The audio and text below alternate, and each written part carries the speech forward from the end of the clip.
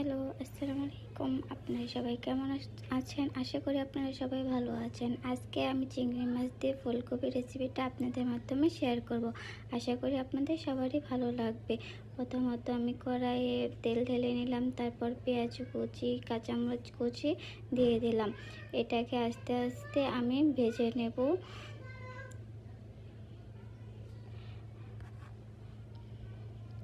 এটা আস্তে আস্তে ভেজে নেওয়া হয়ে গেলে এর মধ্যে আমি চিংড়ি মাছটা দিয়ে দেব।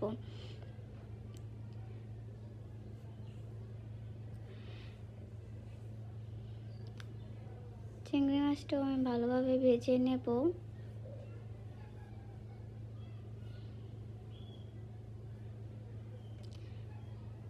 তো আমি তরকারিটা বসানোর সাথে সাথে আমি পাশে ভাতটাও বসিয়ে দিয়েছি রাইস কুকারে। তো আমার চিংড়ি মাছ ভাজাটা হয়ে গেছে। এর মধ্যে আমি পেঁয়াজ বাটা, রসুন বাটাটা দিয়ে দেব। এটা ভালোভাবে আমি ভেজে নেব। একটু ভেজে নিলে কি পেঁয়াজ বাটা, রসুন বাটার গন্ধটা থাকে না।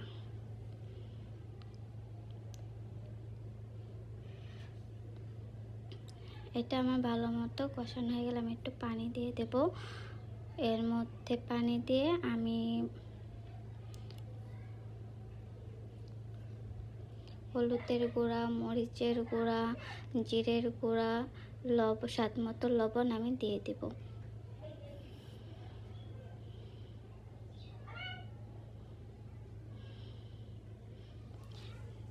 দিয়ে আমি ভালোভাবে নেড়ে নেব। নেড়ে নিয়ে এটা একটু ঢেকে দেব।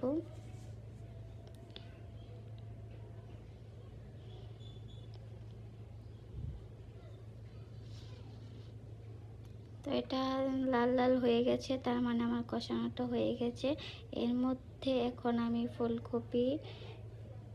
ফুলকপিটা দিয়ে দেব। ফুলকপিটা দিয়ে আমি ভালোভাবে এটা নেড়ে নেব, যাতে মশলাগুলো ফুলকপির ভেতরে ভালোভাবে মেখে যায়।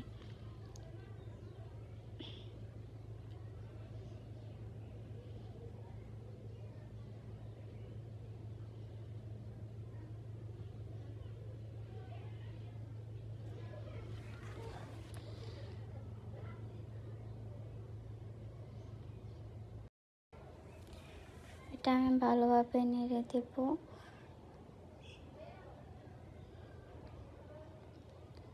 তারপর এটাকে ঢেকে দেব। ঢেকে গেলে কিছুক্ষণ পরে আবার এটা ঢাকনা উঠিয়ে আমি আবার নেড়ে দেবো, যাতে নিচে লেগে না যায়।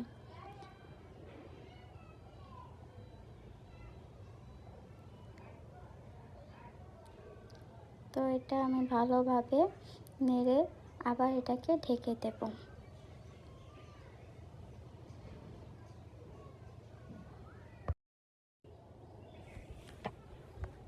তো এটাকে আমি আবার ঢেকে দিলাম।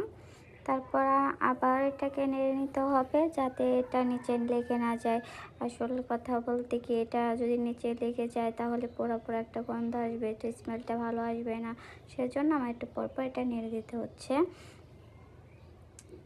তো এর মধ্যে আমার তরকারিটা কষানো হয়ে গেছে। এর মধ্যে আমি এখন পরিমাণ মতো পানিটা দিয়ে দেব।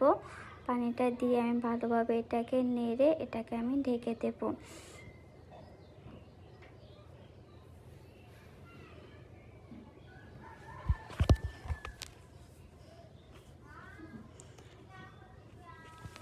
তো আমি ঢেকে দিলাম। এর মধ্যে আমার তরকারিটা প্রায় হয়ে এসেছে।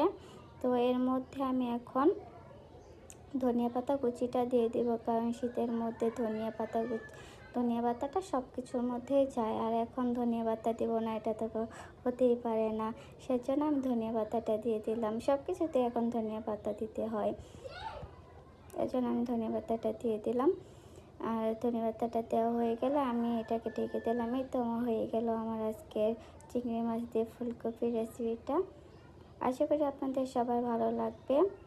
আর সবাই দয়া করে আমার ইউটিউব চ্যানেলটাকে সাবস্ক্রাইব করবেন। আর আজকে আমি ফার্স্ট টাইম আমার ভয়েসটা আমি রিভিউ করলাম, জানি না কেমন হয়েছে, ভালো বলতে পারলাম না। তো আমার ভিডিও পেতে আমার ইউটিউব চ্যানেলটা সবাই সাবস্ক্রাইব করবেন।